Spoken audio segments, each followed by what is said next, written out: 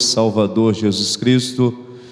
Senhor Deus, usa o teu servo, Senhor Deus, nesta noite, como canal de bênção, que o teu servo possa ser usado como canal de bênção e que ele possa ser uma ferramenta viva em tuas mãos nesta noite. Ilumina o teu servo e inspira ele, ó Pai.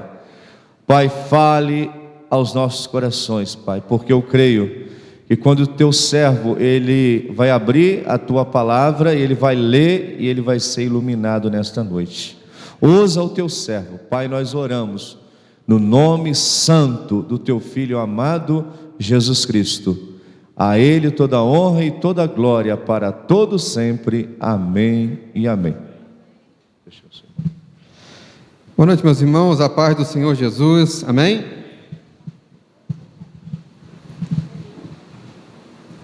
Ainda de pé, meus irmãos, nós leremos alguns versículos da palavra de Deus, que se encontra no relato de João, do apóstolo João, sobre o Evangelho de Jesus Cristo, no capítulo 15, do verso 26, e continuaremos no verso 16, do capítulo 16, do 7 ao 14. João, no capítulo 15, verso 26, e o capítulo 16, do verso 7 ao 14. Eu vou pedir à igreja que, se possível, fique de pé nesta noite.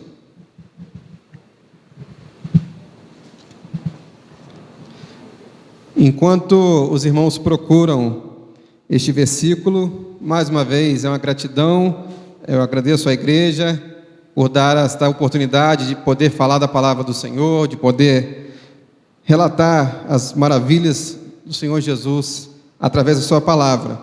Interessante que, mesmo sem combinar ou organizar, foi cantado no início dessa noite o hino da harpa cristã, do cantor cristão, Olhando para Cristo.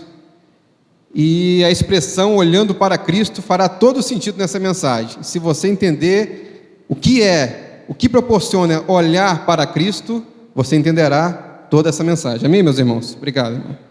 Leamos a palavra do Senhor, que diz assim: Quando, porém, vier o Consolador, que eu enviarei a vocês da parte do Pai, o Espírito da verdade, que dele procede, esse dará testemunho de mim. Versículo 7. Mas eu lhes digo a verdade, é melhor para vocês que eu vá, porque se eu não for, o Consolador, aqui Espírito Santo, não virá para vocês, mas se eu for, eu o enviarei a vocês. Quando ele vier, convencerá o mundo do pecado, da justiça e do juízo. Do pecado, porque eles não creem em mim. Da justiça, porque vou para o Pai, e vocês não me verão mais. Do juízo, porque o príncipe deste mundo já está julgado. Tenho ainda muito para lhes dizer, mas vocês não podem suportar agora. Porém, quando vier o Espírito da verdade, ele os guiará em toda a verdade. Ele não falará por si mesmo, mas dirá tudo o que ouvir e anunciará a vocês as coisas que estão para acontecer. Ele me glorificará, porque vai receber do que é meu e anunciará isso a vocês. Amém, meus irmãos? Podem vos assentar. Nesta noite eu gostaria de tratar do seguinte tema: a obra do Espírito Santo. A obra do Espírito Santo.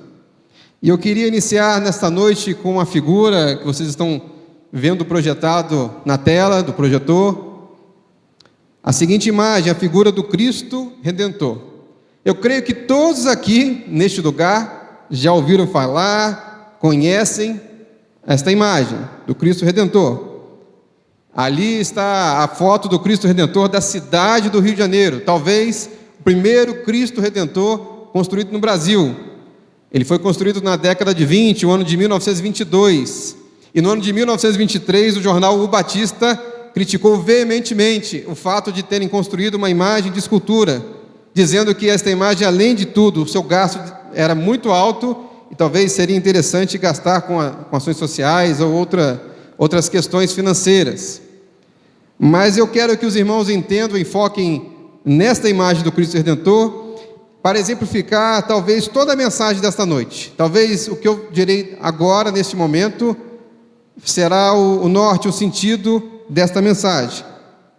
Imaginemos, meus irmãos, que no Cristo Redentor, no Rio de Janeiro, durante o dia, e talvez no seu dia que não há visitação, existe lá um padre que toma conta dessa imagem e desse local, e ao tomar conta deste local, ele avalia todas as condições, e não menos as condições de limpeza, de arrumação, as condições de iluminação do Cristo Redentor.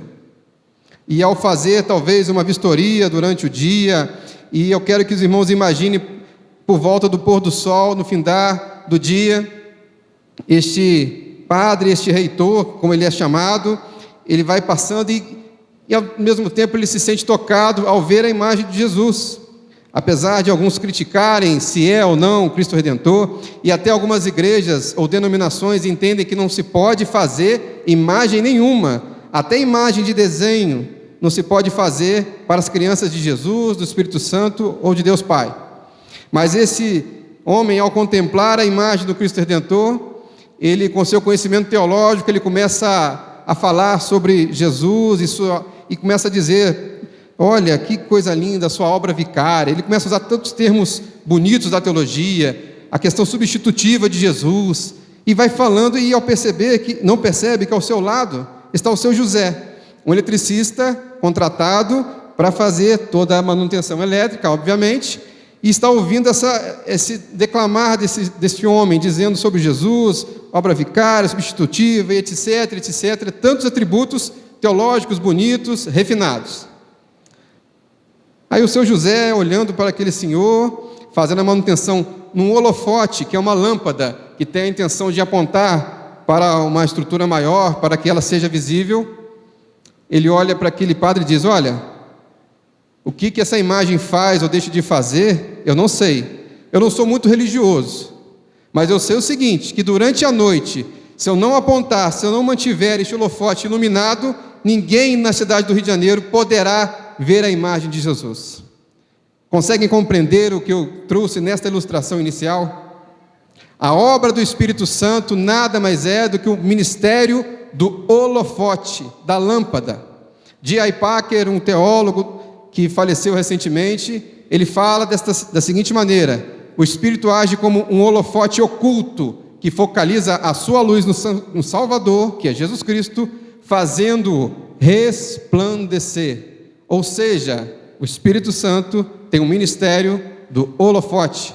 E ele segue dizendo: a mensagem do Espírito para nós nunca é: olhe para mim, escute-me, venha a mim, conheça-me. Mas sempre é: olhe para Jesus e veja a sua glória. Ouça e escute as suas palavras. Vá a Ele e tenha vida. Conheça-o e prove do seu dom de alegria e paz. 1 Coríntios, no capítulo 12, verso 3, diz assim: por isso eu lhes afirmo que ninguém lhe fala pelo Espírito de Deus e diz: Jesus seja amaldiçoado ou anátema, e ninguém pode dizer Jesus é Senhor, a não ser pelo Espírito Santo. Então, nessa noite eu vou discorrer algumas das tarefas do Espírito Santo, mas se você sair daqui entendendo que a função dele é projetar a Jesus, a pessoa de Cristo, a obra de Jesus no Calvário, a importância da redenção, que a humanidade estava perdida e precisava de um Redentor, e esse Redentor chama-se Jesus Cristo. Eu espero que, se você sair entendendo dessa mensagem, já é o suficiente, mas eu quero acrescentar mais algumas informações que são também úteis e importantes para nós, servos do Senhor. E uma informação muito importante que às vezes passa despercebido na igreja do Senhor. As pessoas entram e saem e vão vivendo a sua vida, e talvez até por algum momento podem se esquecer de uma questão que é basilar, que é importante, é a estrutura. Sem isso nós não somos chamados nem de cristãos, que o Espírito Santo é Deus. Apesar do Espírito Santo ter o ministério do holofote, apesar do Espírito Santo apontar para Cristo, isso não o desmerece, não o diminui, ao contrário, tem a sua função muito importante. O Espírito Santo é Deus. Nós temos que crer na Santa Trindade, Deus Pai, Deus Filho, Deus Espírito Santo. Se você crê de maneira diferente, talvez você não está entendendo o sentido basilar da nossa fé. Existem algumas igrejas, algumas religiões que consideram, por exemplo, Jesus uma grande autoridade, um grande mestre, e ele é respeitado, honrado nessas religiões, mas não consideram Jesus como Deus. Então, dessa forma, não faz sentido. Outras religiões até consideram Jesus como Deus, mas entendem que o Espírito Santo é apenas um vento, uma ação, um espírito, talvez, da mesma questão dos anjos, de igualdade com os anjos, é mais um espírito. Isso também é errado. Nós temos que sair crendo, lembrando sobre esta importante afirmação: Deus Pai, Deus Filho e Deus Espírito Santo. São três pessoas que são Deus, são um. E é interessante que nessa trindade, na função da trindade, existe a chamada trindade econômica. A palavra econômica é uma junção de duas palavras no grego que significa casa e lei, a lei doméstica, a lei da casa. Não atribui apenas a questão financeira, dinheiro. E na trindade econômica é assim chamado por questão de funções. As funções, a função do Deus Pai, a função do Deus Filho e a função do Deus Espírito Santo. E ali está escrito que ao Pai é atribuída a criação, ao Filho, Jesus Cristo, a redenção, e ao Espírito Santo, a regeneração e santificação. É um trabalho em conjunto, não há mérito em um trabalho em detrimento do outro, porque Deus criou, mas Adão pecou. E se não houvesse Jesus, não haveria redenção. E se não houvesse o Espírito Santo, não haveria regeneração e santificação. Como foi lido anteriormente, é o Espírito Santo que aponta para Jesus. Eu posso olhar a imagem do Cristo Redentor, eu posso ler a Bíblia, eu posso ver diversas imagens, mas se o Espírito Santo não me convencer, de nada fará sentido. Agostinho disse que o ministério da Santíssima Trindade cristã é o mistério do amor divino. Você vê a Santíssima Trindade se você vê o amor. É um mistério, meus irmãos. Não é simples de entender, não é fácil de entender. Talvez falando assim pareça até não fazer sentido. Mas se você crê no Senhor Jesus e crê na palavra de Deus, naturalmente o Espírito te convencerá sobre a questão da Trindade. Anselmo de Cantuária, um teólogo do século XII, disse também que era necessário crer para entender. Há questões na Bíblia que os filósofos, os cientistas se debruçam, e às vezes eu vejo tanta gente séria, gente inteligente, lendo a Bíblia e não consegue entender. Como já falei em outras pregações, os judeus, por exemplo, com Paulo, não conseguiam entender essa questão de Jesus ser Deus. Era difícil para eles. Mas o próprio Paulo disse que era necessário tirar a venda dos olhos dos judeus. E quem tira essa venda é o Espírito Santo. Existe um versículo que é muito citado e, infelizmente, por não entender o contexto, eles citam de forma errada, que é 2 Coríntios, no capítulo 3, o verso 8 ou 10, que diz que a letra mata, mas o Espírito vivifica. As pessoas acham que a letra ali é o fato de você ler, estudar e aprender, mas não, é a letra da lei. Se você seguir todo o capítulo, vai entender isso. É a letra da lei que nos aponta para a morte, é o pecado de Adão que nos aponta para a morte, morte eterna, separação eterna de Deus. Mas o Espírito Santo, o Espírito, vivifica, nos traz da morte para a vida, Ele nos restaura, e glória a Deus por isso. Agora, de forma breve, eu quero dizer sobre os atos do Espírito Santo durante o ministério de Jesus, para você ver a importância do Espírito Santo. Ele é precursor de Cristo, ou seja, ele anuncia Jesus Cristo através de João Batista. A conceição de Cristo, ou a concepção de Cristo, o Espírito preparou o corpo do Salvador no ventre de Maria. O batismo de Cristo, entre outras coisas, equipar Cristo para o serviço, conforme Isaías 61, do verso 1 ao verso 4. A tentação de Cristo foi o Espírito que conduziu Jesus ao ser tentado, e o Espírito levou-o para o deserto, conforme Marcos 1,12 ou Mateus 4, do verso 1.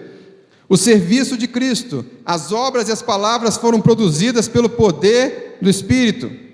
A morte de Cristo, conforme Hebreus, no capítulo 9, verso 14, e a ressurreição de Cristo, que para nós é caro, é importante como cristãos. Romanos, no capítulo 1, verso 4, 8, 11, 1 Pedro 3, no verso 18. E agora eu quero tratar, eu falei brevemente sobre o que o Espírito Santo fez na vida de Jesus, enquanto ele esteve na terra, E agora eu quero tratar o que ele faz em nós, qual é a função do Espírito Santo em nós, seres humanos. Ele primeiro nos convencerá do pecado. Você pode ler na sua Bíblia entre o verso 9 e o verso 10. São 3 funções. E a primeira que eu quero tratar é sobre o convencimento do pecado. Existe uma expressão e uma canção que eu cantei muito quando era criança, que é pecado, pecadinho, pecadão. Quantos aqui cantaram essa canção alguma vez na sua vida? Pecado, pecadinho, pecadão. Ela é bonita de se cantar, ela é muito interessante, ela é até didática, instrutiva para as crianças cantarem. Mas na Bíblia não existe pecado, pecadinho e pecadão. Você pode até pedir a Deus para que o que você entenda sobre pecado, pecadinho e pecadão não entre no seu coração, mas não existe, existe apenas o pecado. E você vai entender que pecado não está atrelado com o que você faz, mas a consequência. O que pode ser diferente nos diversos pecados que nós cometemos está na consequência. Você pode chegar, ao sair da igreja, eu não desejo isso, e assassinar uma pessoa. Isso é um pecado, a lei de Deus. É pecado. E ponto final. Mas ao mesmo tempo você pode sair dessa mesma igreja e pensar no seu irmão e desejar a morte dele. Segundo Jesus Cristo, ele diz que é pecado da mesma forma. O que vai diferenciar eu desejar mal para alguém ou assassinar uma pessoa é o fato de que o assassinato, sim, ele entrará diversas consequências. Eu serei julgado no tribunal e, sendo provado, eu serei preso e ficarei um tempo na cadeia e até cumprirei as consequências humanas daquele meu pecado. Mas se na minha consciência eu não falar isso para ninguém, eu desejar mal para o meu irmão, isso pode ficar apenas na minha mente, mas também é pecado. A consequência humana, visível, é diferente. Então perceba que não há pecado, pecadinho, pecadão, e sim as consequências do pecado. No Evangelho segundo Mateus, no capítulo 5, no verso 21 ao verso 22, diz assim: vocês ouviram que foi dito aos seus antepassados, Jesus dizendo para os judeus sobre a lei: não matarás, e quem matar estará sujeito a julgamento. Está certo, mas eu lhes digo que qualquer que se irá contra o seu irmão estará sujeito a julgamento. Também qualquer que disser a seu irmão racá será levado ao tribunal, e qualquer que disser louco corre o risco de ir para o fogo do inferno. Meus irmãos, é sempre importante lembrar também a questão do pecado. Às vezes as pessoas acham que a pessoa nasce boa, nasce de bem com a vida, nasce limpa, e por observar as pessoas que cometem erros, ela é inclinada a pecar também. Essa questão humanista que leva o homem ao centro do universo, a achar que ele é todo poderoso, é ele que rege as coisas e não Deus, traz uma frase como Rousseau disse, que o homem nasce bom, mas a sociedade que o corrompe. Eu ouvi uma ilustração muito interessante, que pode parecer até forte para os irmãos, e para mim soou como forte, mas é uma realidade bíblica, é verdade. Se você pegar uma criança, uma bebezinho, e colocar numa incubadora, e essa criança não tiver nenhum contato com nenhum ser humano, durante 5, 6, 7, 8 anos, 9, 10 anos, ela continuará com o pecado, porque ela herda o pecado de Adão. Isso já está na sua natureza. Não é fato de ter uma boa criação, e eu vou falar sobre isso mais à frente, ou uma má criação do nosso ponto de vista humano, moral, que vai fazer essa diferença. Não é, meus irmãos. Nós todos estamos corrompidos pelo pecado, e eu vou te provar aqui, a maldade humana é consequência da sua natureza pecaminosa, conforme Romanos 3, 23 e Romanos 6, 23. O salário do pecado é a morte, mas o dom gratuito de Deus é a vida eterna por Jesus Cristo, nosso Senhor. Mas Romanos 3, 23 diz que todos pecaram e carecem da glória de Deus. Então nós entendemos que o salário do pecado, se todos nós pecamos, a recompensa do pecado é a morte eterna. Aqui ele não fala apenas da morte física, que também foi consequência do pecado de Adão, mas a morte eterna, separação eterna de Deus. Mas graças a Deus que o versículo também continua dizendo que o dom gratuito de Deus é a vida eterna por Jesus Cristo, nosso Senhor. E ao falar de questão de moralidade e apontar o dedo para o próximo e dizer que ele é melhor ou pior do que eu, o Espírito Santo no versículo 10 também diz que ele convencerá da justiça. Ele convenceu sobre o pecado, algo que aconteceu através de Adão, a justiça que acontece até nós, e também convencerá no futuro sobre a questão do juízo. Mas vamos falar sobre a questão da justiça. E eu quero, para exemplificar essa questão da justiça, conforme o verso 10 que diz, sobre a justiça de Deus, existia no século XVIII uma igreja na Escócia que tinha uma reunião ímpar, diferente, uma vez ao ano. Essa igreja toda se reunia, ia para uma montanha, talvez a montanha significasse mais um espaço como um sítio, uma roça, um local mais separado das questões da cidade, e uma vez ao ano eles faziam uma reunião que agradeciam a Deus por aquele ano, e faziam diversas orações. Talvez eles se livravam de um culto muito formal, eles iam dando uma oportunidade às pessoas, e orações, louvores, palavra. Era um culto mais aberto, mais simples. E num determinado momento o pastor daquela igreja faz uma oração sobre confissão de pecados, e ao orar e acabar de orar, ele, ao abrir os olhos, ele vê de braços dados, abraçados, um juiz da cidade e um ex-condenado pelo próprio juiz. Ou seja, uma pessoa que cometeu um determinado crime, foi julgado pelo juiz, pagou pelo seu crime na cadeia, o tempo que esteve preso, e agora estava ali de braços dados com o juiz. E aquele pastor se admirou daquela imagem, daquela foto que ele tirou ao ver o juiz e o ex-condenado juntos, e começou a parabenizar o juiz, dizendo: olha, que gesto nobre, meus irmãos. Pessoas que tiveram vidas diferentes, humanamente falando, se abraçando e se entendendo. Um ponto aqui a observar: essa deve ser a função do Evangelho. Essa é a função do Evangelho. Transforma pecadores de diversos níveis, e isso concorda com a tese que não há pecado, pecadinho, pecadão. Então o juiz pede a palavra ao pastor e diz: olha, pastor, eu fui criado numa família, inclusive de muitos pastores aqui na Escócia. Então eu tive uma ótima criação, uma criação moral excelente, uma virtude, a ética, valores, inclusive valores cristãos.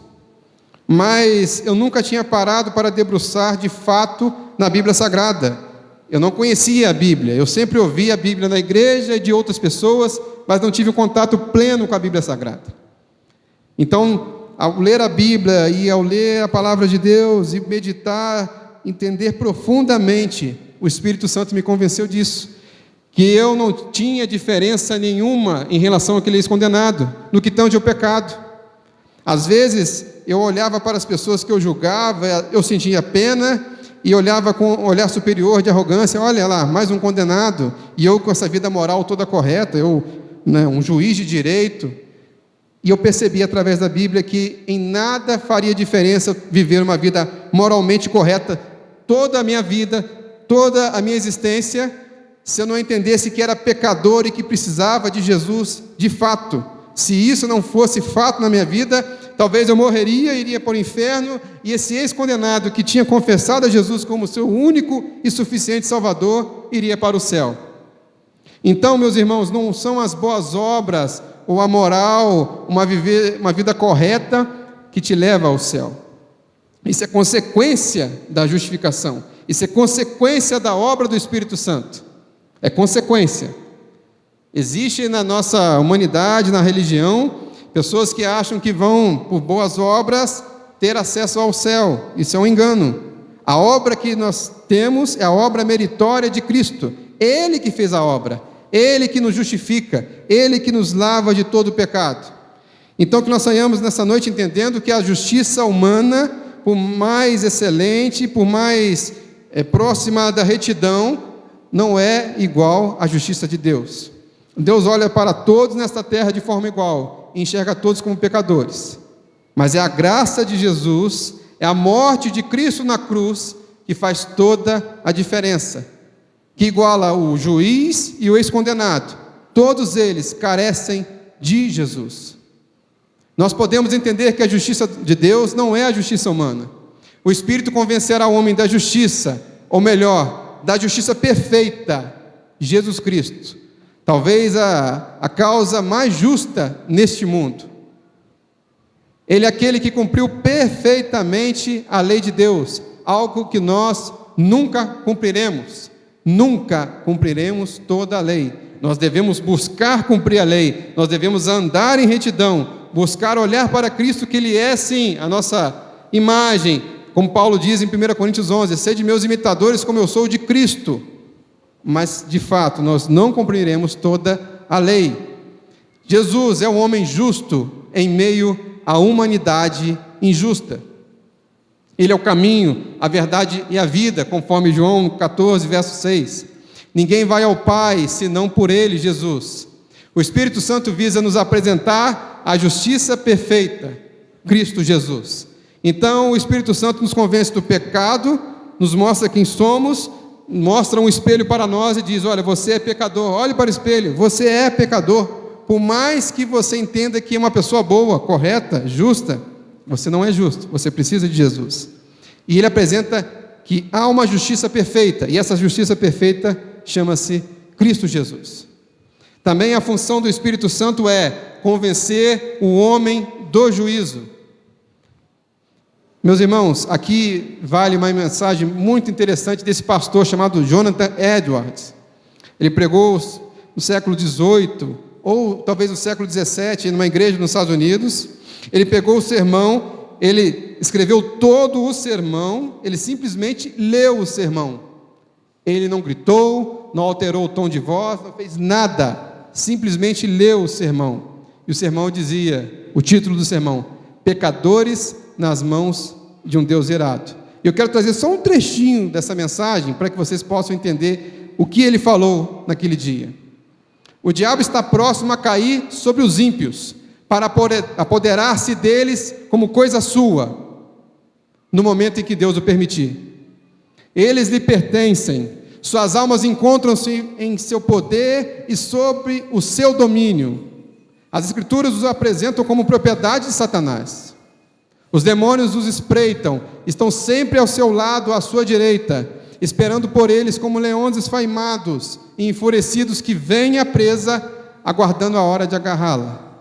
Mas são restringidos por enquanto. Se Deus retirasse a sua mão, a qual os refreia, eles cairiam sobre suas pobres almas no instante. A velha serpente está pronta para dar o bote. O inferno escancara sua boca para recebê-los, e se Deus permitisse, seriam rapidamente engolidos e consumidos. Perceba o teor dessa mensagem. Os relatos históricos dizem que quem estava naquela igreja, naquele dia, quando ele leu essa mensagem, agarravam-se nas pilastras, choravam copiosamente, porque tiveram a noção do inferno, tiveram a noção do juízo de Deus. Tem gente que acha que o juízo final é uma história que a Bíblia inventou para nos amedrontar, mas não, ela de fato existe e existirá. Mateus 25 fala que Deus julgará a todos, sem distinção. Nessa manhã eu vi um pastor na internet, hoje na internet nós temos, no YouTube, milhares e milhares de igrejas transmitindo em vários lugares do país. E ele disse que ao começar a se falar sobre a pandemia do Covid-19, ele chegou para os seus pastores e amigos e falou, olha gente, nós temos que maneirar um pouquinho. Ficar falando muita coisa ruim não é bom não. Não é legal não, a gente tem que falar coisas afáveis, coisas interessantes, coisas que colocam a gente para cima. Ele não está de tudo errado, é assim, nós temos que trazer mensagens de esperança, trazer mensagens de alegria, de conforto, mas é necessário não deixar de falar sobre o inferno e o juízo, é necessário falar que existe uma ira vindoura de Deus. Não adianta de nada nós ficarmos afagando e falando coisas bonitas ao coração das pessoas, se as pessoas vão ouvir a mensagem, vão continuar do jeito que estão, vão viver a vida do jeito que vivem, e não mudarão em nada. De nada fará sentido, meus irmãos. É interessante que Deus usou esta mensagem naquele momento para que pessoas se arrependessem e fossem convertidas ao Evangelho. Há relatos também de que muitos seminaristas levaram para a sua igreja a mesma mensagem, falaram com talvez uma intensidade de voz melhor do que a de Jonathan Edwards, mas a igreja não teve mudança nenhuma. E é só uma nota interessante, que é Deus que usa o mensageiro, e não nós mesmos, que achamos que podemos ser usados e com uma boa eloquência vamos convencer alguém de alguma coisa. O texto fala sobre o aguardo do diabo e os seus anjos para o dia do juízo final. O Espírito Santo nos convence desse juízo, como foi falado já, Mateus 25, diz que toda a humanidade passará em julgamento. Então o Espírito Santo nos convence do pecado, da justiça e do juízo. E eu quero concluir com uma frase desse autor, William Hendrickson, que diz assim: em suma, ou seja, o nosso resumo dessa noite, fica evidente que, por meio da pregação do Evangelho, o Espírito Santo auxilia a igreja, e ele faz isso convencendo o mundo de seu próprio pecado, por não crer em Cristo. Da justiça de Cristo, que, por sua ida para o Pai, é completamente vingado, e do juízo divino contra o príncipe deste mundo, que é o diabo. E eu quero encerrar essa mensagem nesta noite com a seguinte pergunta, e eu já fiz essa pergunta aqui algumas vezes. O Espírito Santo na sua vida, e não quero que você responda isso para mim diretamente, eu quero que você olhe para dentro do seu coração e responda essa pergunta: ele é residente ou ele é presidente? Parecem questões semelhantes ou até questões iguais, mas não são. O Espírito Santo, ele é residente nas nossas vidas, e glória a Deus por isso, porque Efésios 1, capítulo 1, verso 14, diz que ele nos sela com o selo da promessa, e glória a Deus por isso. Mas às vezes nós podemos ser salvos em Cristo, viver uma vida medíocre, uma vida sem sentido, uma vida sem graça no aspecto de não falarmos de Jesus, não vivemos o que Jesus nos ensina, vivermos apenas algumas regras pontuais, para que nós não sejamos mal vistos na sociedade, mas não deixamos de fato que o Espírito Santo seja o nosso presidente, que ele presida o nosso coração, que o Espírito Santo faça as alterações necessárias, e que o Espírito Santo nos use de fato para pregar o seu Evangelho, o Evangelho de Jesus, para que ele possa nos usar e nos capacitar para os dons e ministérios da igreja, para servir a igreja. Esse mesmo pastor falou que a igreja, no mesmo canal que eu assisti pela manhã, precisava de pessoas para o serviço, e é sempre bom lembrar que a igreja sempre precisa de pessoas voluntárias para o serviço, mas é necessário, antes de tudo, que o Espírito Santo seja o presidente, que ele controle de fato a sua vida, que ele transforme a sua vida radicalmente, que ele faça enxergar a pessoa de Jesus, e enxergando a pessoa de Jesus, haja mudança até dos planos. Hoje está muito em voga as questões do que os seus sonhos serão realizados ou não. Os seus sonhos, as suas vontades e os sonhos de Deus, onde ficam? Para que os sonhos de Deus sejam realizados, é necessário que o Espírito Santo seja presidente da sua vida e não apenas residente. Entendeu a mensagem, entendeu a obra do Espírito Santo e ao mesmo tempo entendeu a obra de Jesus Cristo, que também é da mesma importância, são apenas funções diferentes. Se há alguém nessa noite aqui que deseja reconhecer, receber a Jesus como seu suficiente Salvador, eu quero que você no seu lugar levante a sua mão e diga: eu quero